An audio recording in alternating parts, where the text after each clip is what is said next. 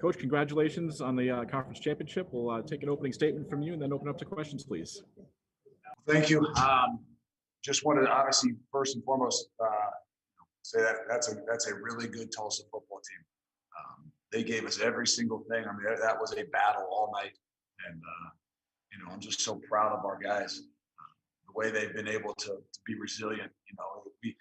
28 days. Everybody knows since the last time we played, but there was a 14-day pause in there that we pretty much had no contact, with our guys, and they were almost quarantined themselves. So, we had some guys come back and pull things, and so we just had to fight through a lot of different things, and especially in these last 2 weeks. And for these guys to be resilient, it wasn't the sharpest, it wasn't the cleanest. Those are some of the things you worry about on a layoff. But this team won't be denied. And I don't know how you can look at this team any other way to say, hey, every opportunity, every challenge we've had, you guys have stepped up. And I know that everybody else has the decision on what they deserve, but the reality is they've met every challenge that's been thrown in front of them. Not always the easiest, not always perfect, but this is a team that plays in all three phases of the game, and I'm so happy and so proud of these guys. We'll take questions for Coach Fickell, please. Either raise your hand, your hand icon, or shoot a note in the chat, and we'll take your questions. We'll start with Brandon Stahope.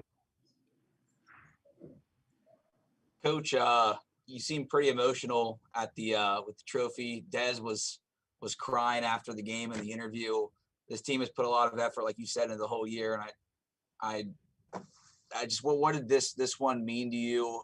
And do you believe that your team, you said something along the lines of, and you said it again, you can't be denied. This team shouldn't be denied. Do you believe this team deserves a shot at playing for a national championship? Of course I do. I believe that this team deserves a shot. Unfortunately, it's not up to me. And I know that it's about putting your best foot forward and playing your best ball at the end of the year. And, and I hope they realize that. I hope they understand how good of a team that Tulsa is, and what kind of a night it was for us as well. But I think all those things added together, I don't want to be distracted from what we did tonight. And we came to this program 4 years ago. I did, and a lot of people came with us. And we said we wanted to play for championships. And we had an opportunity to play for a championship last year and didn't get it done. And that's been the only thing. We don't talk a lot about goals, but it's been the only thing, not the college football playoffs, about how do we get ourselves back to an opportunity to play for a championship and win a championship. And this is a crazy year for everybody. But for these guys to find a way to do what they did, this is a special group of people. Take the next question from Pete Thamel, please.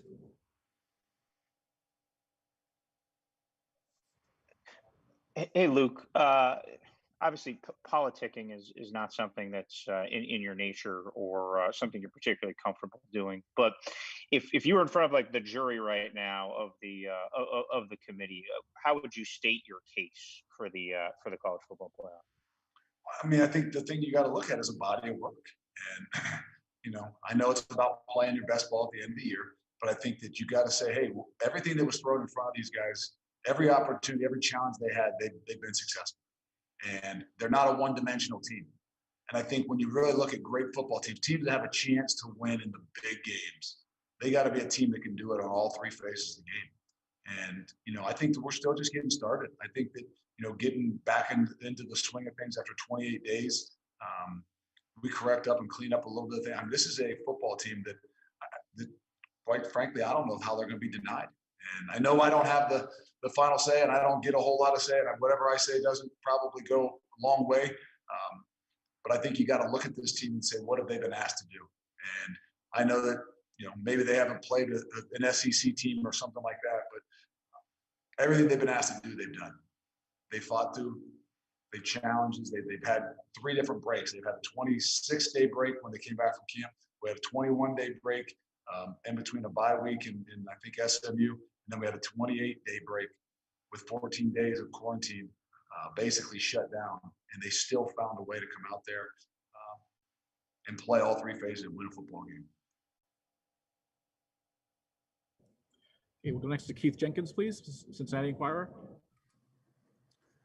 Luke, It was a wet one, and you had 5,831 fans dripping wet, but they were there for you guys. How was it, and how special was that to see these people here tonight?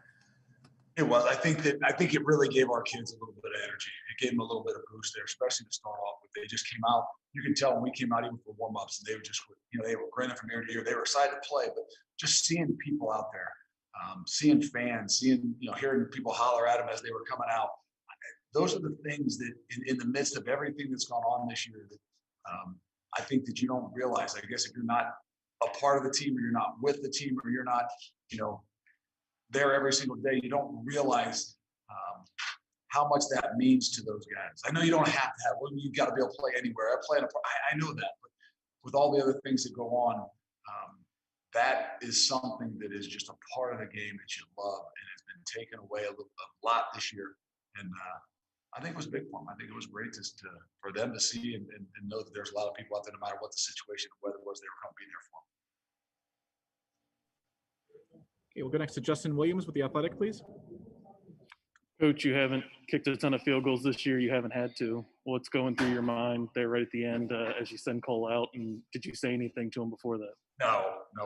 What's going through my mind is we should have kicked him earlier, when we went for it. But our philosophy is to be aggressive.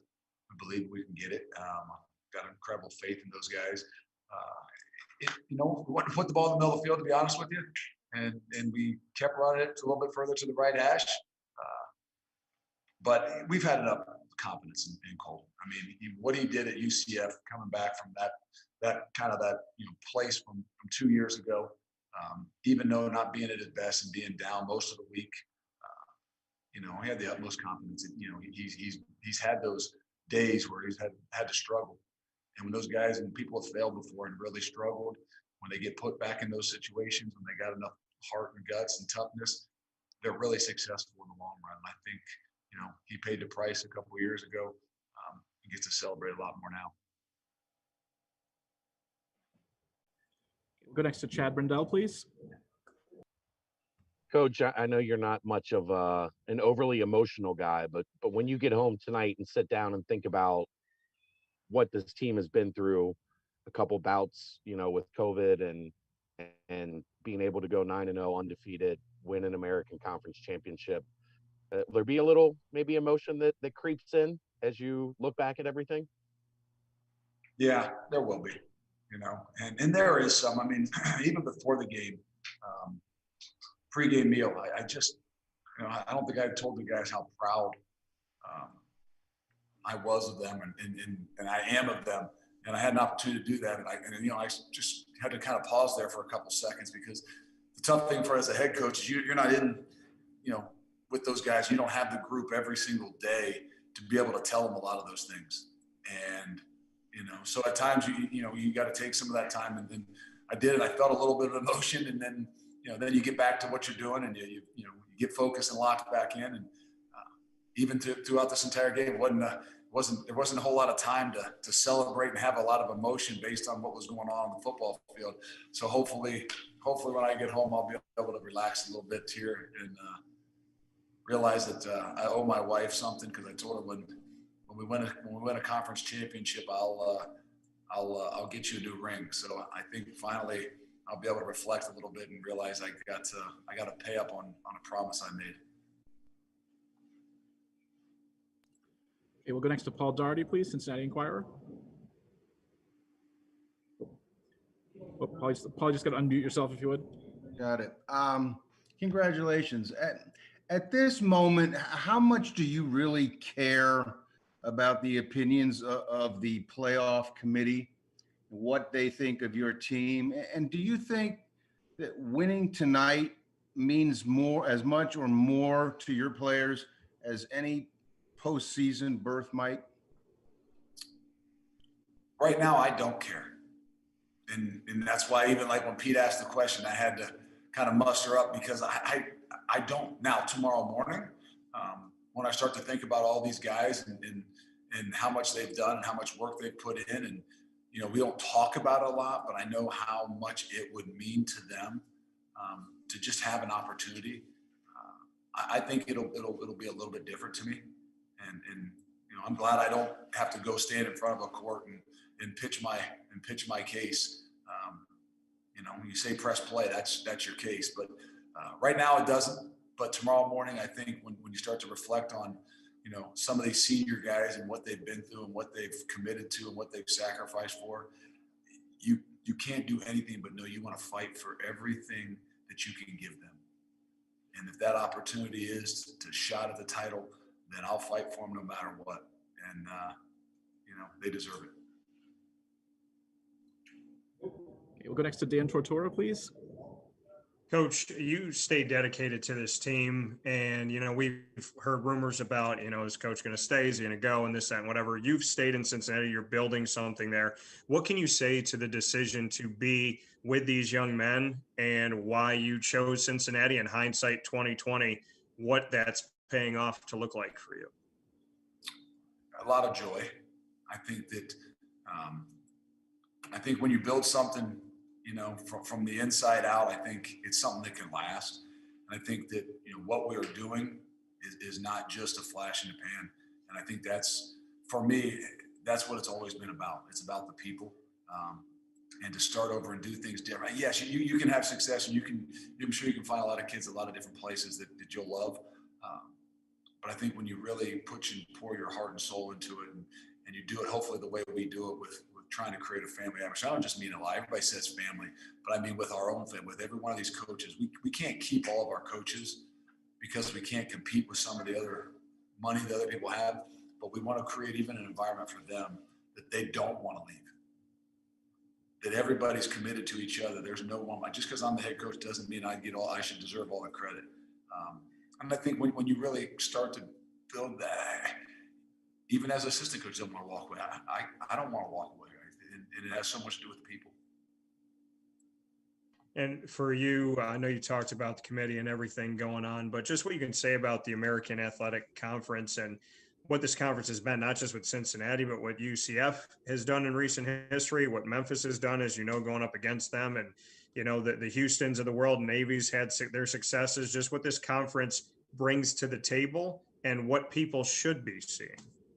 Well, what I think you're seeing is development of programs. And that's where when you start to say that people deserve a chance because they're good football, they don't just have a few good players and a few good guys, and I think that's what you're starting to see. Obviously what Philip Montgomery's done at Tulsa, he's been there for 6 years, 7 years now. And it's a program that can compete on an any day basis. I know that they're going to say, well, you couldn't day in and day out play in the Big 12 or in the SEC. Well, we don't have to.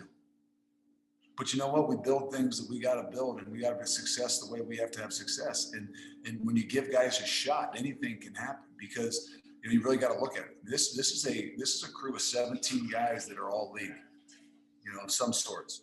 And year one, we might have had 2.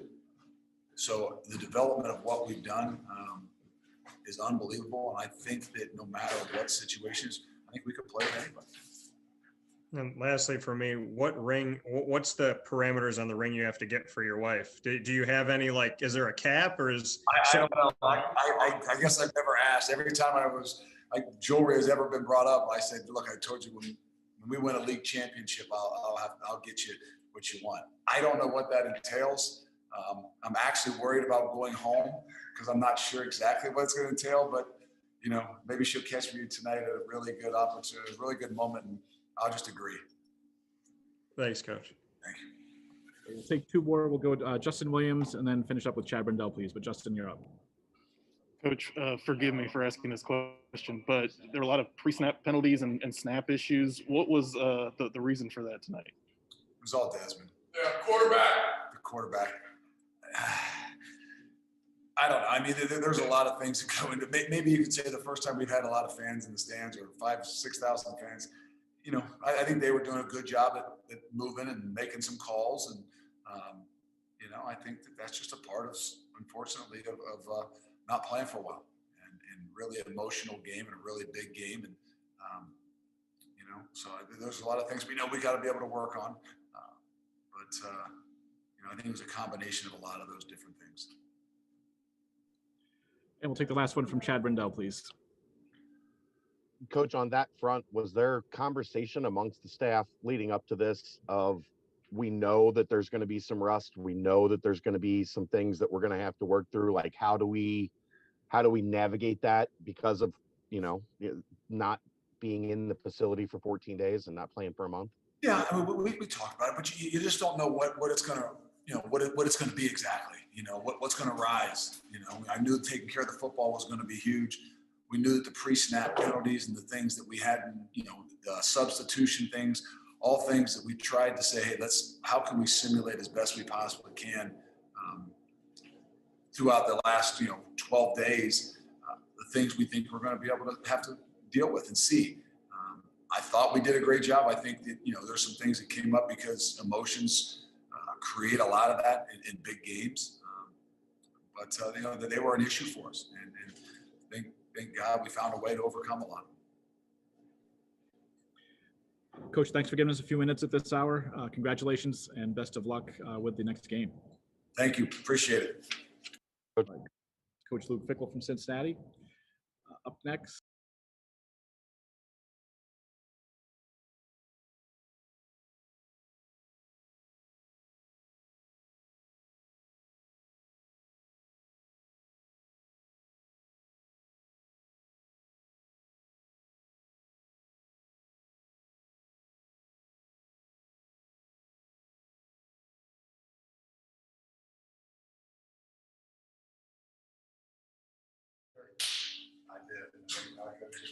First question from Logan, please.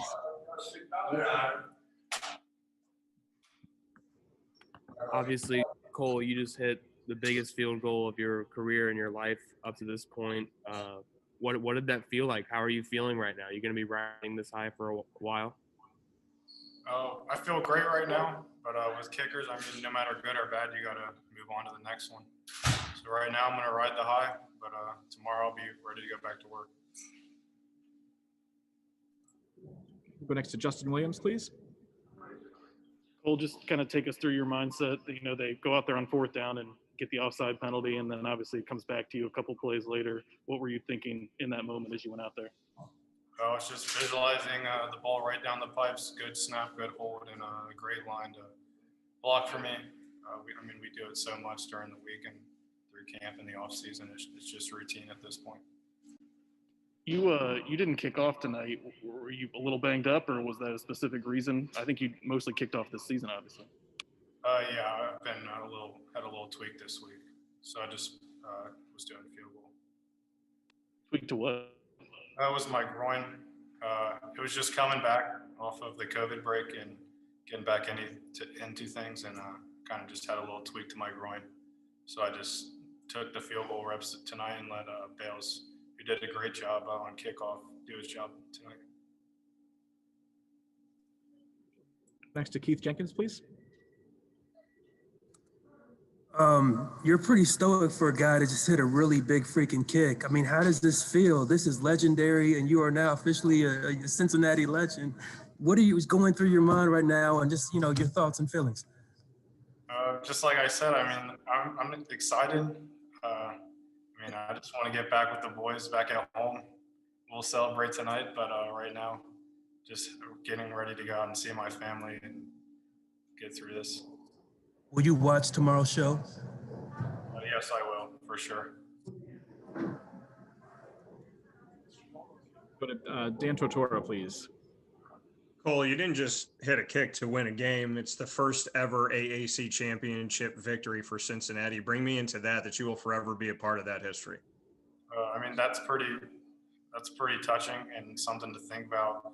It's pretty crazy that, that's not something you come by, obviously, every day. And I can't even put it into words what that means to me and this team and the coaching staff and everything that we've been through. As far as being worthy, I think that's a strange thing to take in, but with a committee that you have no say in, if this committee was in front of you right now, what would you want to tell them about Cincinnati and why you should have a place in the college football playoff? I would just tell them to watch the film. We're down, we come up, we just do our job, and we win. We'll take one more for Cole. That'll be from Chad Brendel, please. Cole, you did struggle a little bit pregame. kind of pulling things right. How do you get that out of your mind? Because I know for a kicker, like seeing the ball go through the uprights is a big thing. How do you race that when it comes time to make a game-winning kick? I just go back to day one. I mean, I just go think about going through camp, kicking into the net. I mean, I kicked in the net probably 100 times tonight, just because I knew I didn't get those reps this week and the past week from coming off the injury. So I just really went back to day one, went back to those fundamentals, and really focused on keeping that shoulder back and watching the ball hit my foot. Well, thanks for giving us a few minutes. Congratulations. Thank you.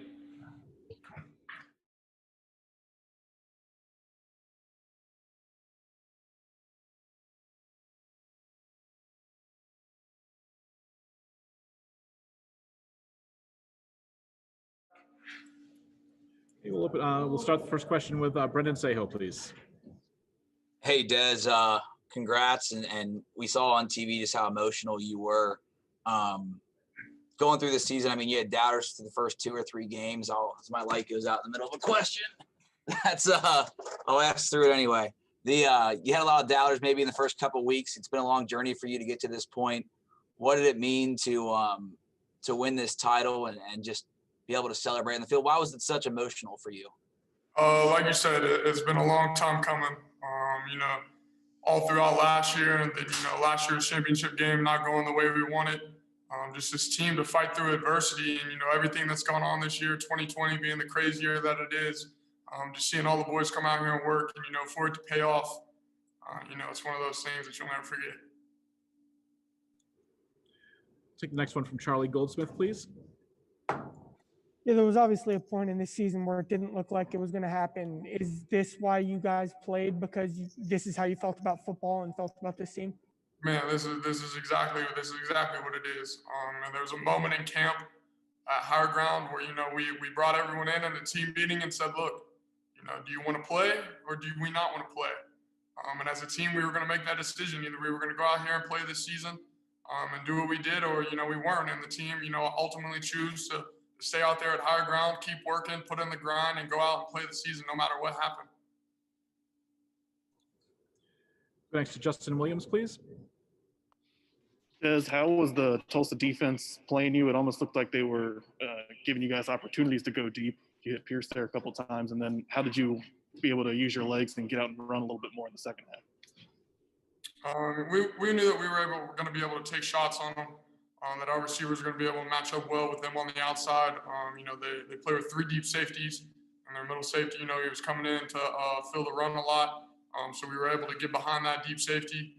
And then, when it was just time to make plays, I ran other than a couple design quarterback run plays, I didn't do much with my legs on the scramble part of it other than what was necessary. But yeah. Go next to Chad Brindell, please. Des, take us through, kind of what you were seeing from their defense in terms of once you noticed that they were playing you guys, like you said, up in the box a little bit. And does that change the game plan on the fly for you, or were you anticipating that? How did you guys handle that as an in-game situation where they were playing something they hadn't shown a lot of? They ran everything that they showed almost. They just that little adjustment that they made, it wasn't hard for us. We were able to get the balls on the outside and get going. We didn't run a lot of inside zone plays. We ran a lot of outside zone, outside stretch plays to keep it outside the box just because they were filling that extra guy inside. Go next to Logan Lusk, please. What's up, Des? Congratulations, man. I just got one thing to say. Alec Pierce, how big was that man for you tonight? Every time you looked at him, he seemed to be there for you, came up when it mattered most. He's huge. He's been a big part of this team ever since he got here on campus. He went out with a little injury earlier in the season, which was a big blow to us. But for him to come back, have the ending of his season that he did, we can always count on big-time players and make big-time plays, and that's what he did.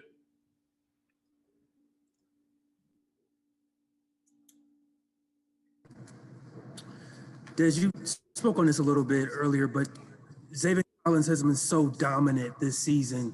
What was your guys' plan offensively in countering against him? I mean, we weren't countering against number 23 Xavier Collins. We were counting against Tulsa defense. One man can't win a game on either side of the ball. So we were just going out and playing our game. And I don't think he was in very many plays. But I mean, we were just out there playing football. Go next to Dan Tortora, please.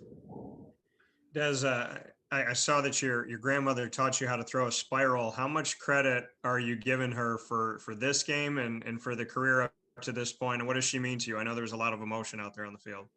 I would give her a lot of credit, and all credit due to my family. They pushed me through tough times and good times, through adversity and struggles. They've always been there with me throughout thick and thin, and they'll always be with me throughout thick and thin. And it's just, I mean, it's crazy to come out here and do what we did and know that you can make your family proud. We look at what could happen this season. If the committee was right in front of you right now, what would you want to say to them? What should they know about Cincinnati football? What should they know about the American Athletic and the quality of talent that you have gone up against and defeated this year? This conference can compete with anyone, in the country, and it doesn't matter who we're going to play.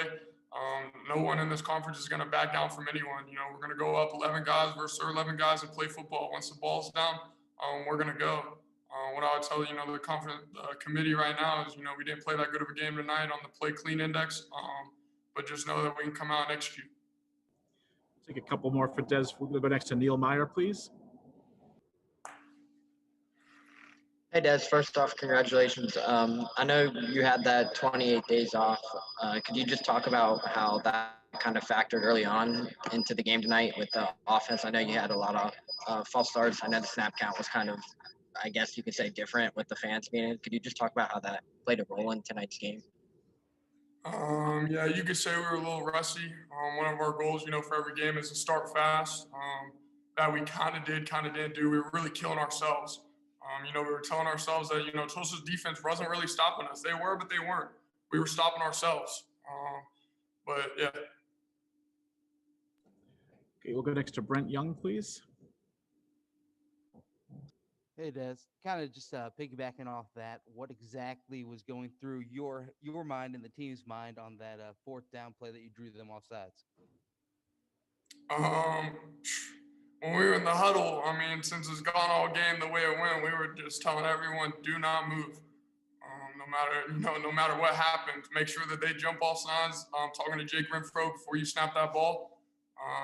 But really just get them jump off sides. And we'll take the last one, Brendan Seho, please. Des, coach said after the game that this team, he doesn't know how someone could deny this team. Well, why do you guys believe that you deserve to be in the college football playoff?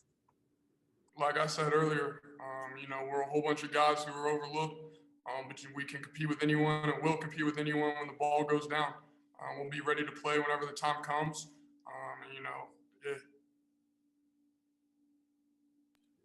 Des, thanks for giving us a few minutes tonight. Congratulations. Thank you.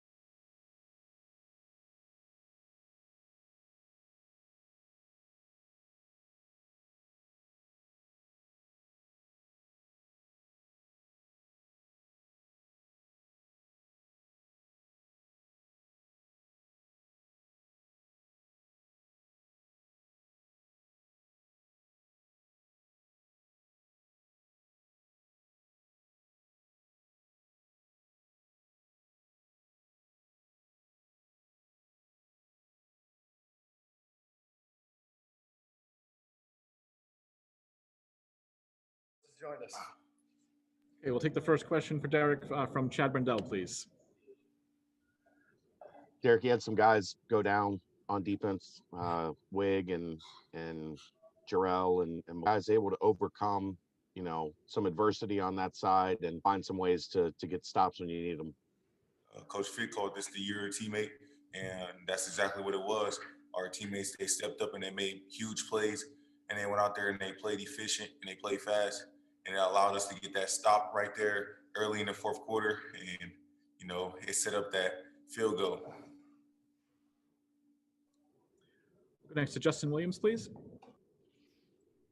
Darrick, you guys' pass rush seemed to really pick up, especially in the second half. Were there any adjustments on your part, or was that, we've seen you guys a few times this season, late in games, kind of wear teams down? Was it more that, or any adjustments on your? It was a little bit of both. Adjustments on the sideline, especially after they were gashing us with the run game. So we made some adjustments there, and they tried to go to the pass game, and it wasn't there because the defensive line stepped up and they made huge plays. Okay, next we'll go to Charlie Goldsmith, please. Yeah, how did this program in 4 years go from where it was when Luke Fickell took over to where you are now? I would say with consistent leadership, guys buying in, and hard work, because my first season here, we won 4 games, and we never complained. We just put our heads down, we grinded, and we loved one another, and that allowed us to win the championship. Take the next one from Brent Young, please. Congratulations, Darrick. Kind of piggybacking off that, was there a message that the staff kind of gave you guys as players kind of after that tough first season to stick in there, we're going to make it through together, that you kind of remember the most? Yes, it was all about brotherhood. They made each and every one of us learn each other's names and like where we're from, and it really changed the locker room. I started seeing guys that would never talk to each other ever and started talking to each other every day, and it really changed this program. We'll go next to Dan Tortora, please. Darrick, what you would say to, as far as what you feel Cincinnati is deserving of right now? I know it's a weird question to ask if you feel worthy, but what would you say to the committee right now if the College Football Playoff Committee was sitting in front of you? I would say that today was a message and that we went into the college football playoffs. Absolutely. And you spoke on Coach Fickell a little bit, just what you can say about what he's meant to you as a leader and the fact that he stayed committed to this program and wanted to be there, wanted to build something there. Coach Fick is a great leader. I can't even put it into words. He goes out there every day. He gives his full effort. He'll do anything for us, and I feel like each and every day we go out there and we're ready to be led by him. Congratulations. Thank you. Thank you. We'll go next to Justin Williams, please. Darrick, this defense has obviously been a huge part of the team's success the past few years. What's going through your mind and your fellow defenders' mind as the offense is out on the field for that last drive and Cole going out for the game-winning field goal? Me and a few the defensive backs, we were sitting on the sideline on the bench, and like a couple guys said some negative things, and I'm like, we can't think like that right now. We have to think positive because the whole team will feed off that energy, and we started believing in each other. And before the last field goal, me and a few other guys, we got all the whole team to link up on the sideline. We took a knee, and we waited for the end result. And when Cole made that field goal, we just went crazy. Okay, we'll take the last one from Chad Brendel, please. D, how important was it for this senior class to walk out of here with the championship? Like, did you feel like that was something that you guys couldn't possibly, with everything you've done, you couldn't end this thing without having a championship by your name? Yeah, it was extremely important to a lot of us seniors. Tucky came up to me before the game, and he was like, we got to get this last one in the nip. We want to go down in history, and I believe that after today's win, we should. Thanks so much for giving us a few minutes at this late hour. Congratulations.